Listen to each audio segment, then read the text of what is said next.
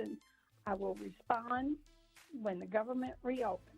I'm not even supposed to be answering your call right now. So it's just very, and you're not used to working like that. You just feel so helpless of not being able to respond to contractors. It's really hard. Wow. Yeah. We just all at a loss for words.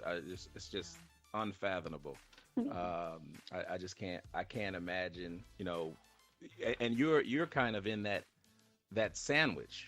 You've got people below you trying to get answers, and you're trying to get answers, Yeah. from whatever's going up top. That's got to be extremely frustrating. It really is, And especially if you're not used to working like that. I mean, there's some people that they just blow off contractors and say, I don't feel like answering them today. And we all have days, moments like that, but not weeks Right. and weeks like that. It's just not the way Right. you would normally work. right. Yeah. I can't imagine. Yeah, and like I Wow. said, I would have never thought that I would be in this position because I was in banking before I came to the government, and I never thought I was a government employee and be faced with something like this. But I just got to see where it's going to go until I can't take it anymore. And so, like I said, I've got enough to get me through the first of February, and after that, I'm gonna have to do something. Wow. And and that's the other thing. The bad part is, even if you go out and apply for unemployment, which I'm entitled to, Hmm. once the federal government opens back up, I got to pay the unemployment back. Wow. Wow. So Oh, really, I don't get to keep the unemployment after everything you've put me through? Wow. That just makes no sense. Wow. Wow. Wow. Yeah, wow. Well, I just don't want mind. to, No, go ahead, Felicia. I was just gonna say, like, my husband is actually looking for another job.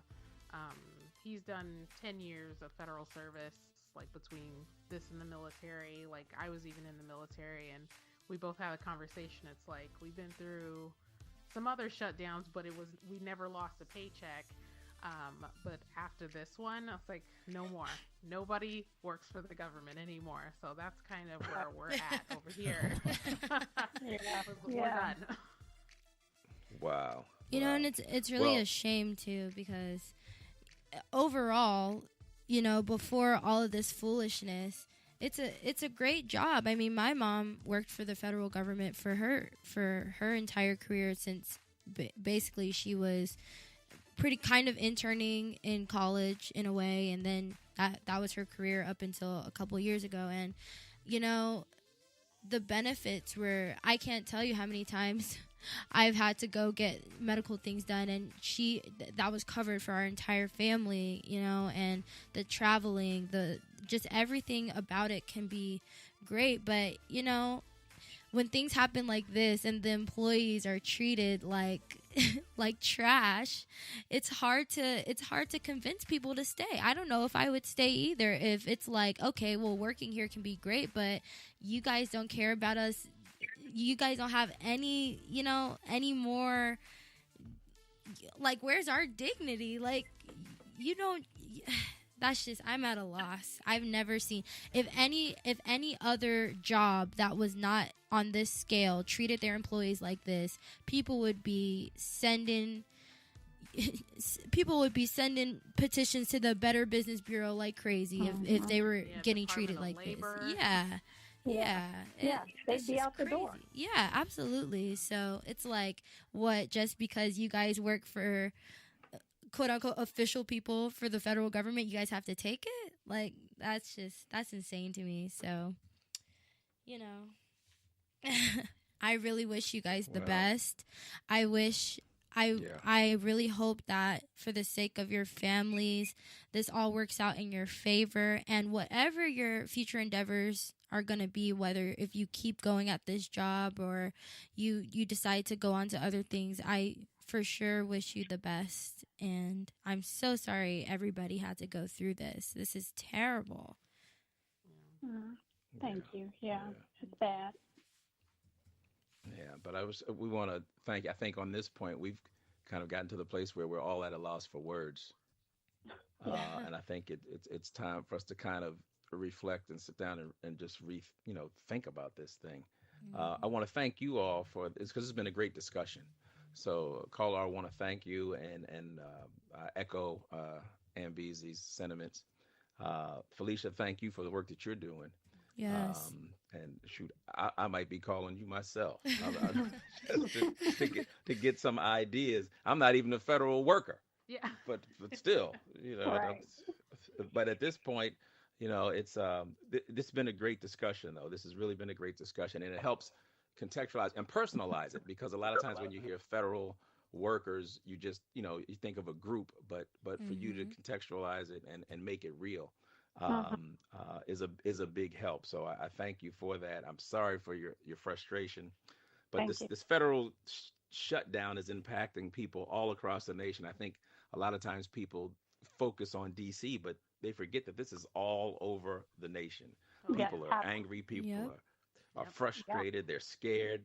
They're sad. And the sad part is that they're in this awful position through, as an old poet used to say, the fell clutch of circumstance, through no fault of their own. Uh-oh. They are no fault of their own. We've heard talking heads talk about the pros and cons of a border wall.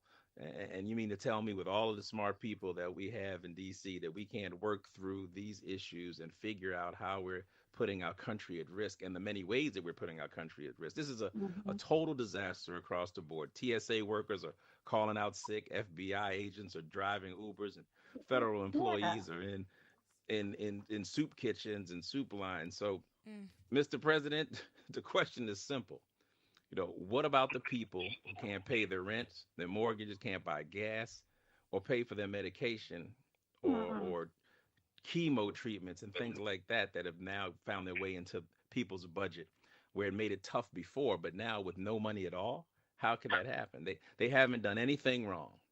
So, it's time for us, as the late Reverend Dr. Martin Luther King, since we just celebrated his birthday last week, we've got to, America, it's time to be true to what you say on paper.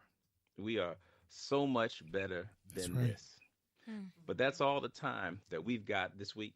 I want to thank our guest again. I want to thank our caller. Thank Felicia again for all of your work. Thank you, Ambeezy. Yes, sir. And the Chief.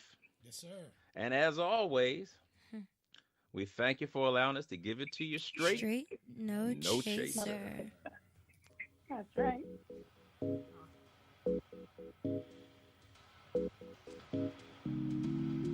You've been listening to Straight, No Chaser. So join us next week for more hot topics. And also,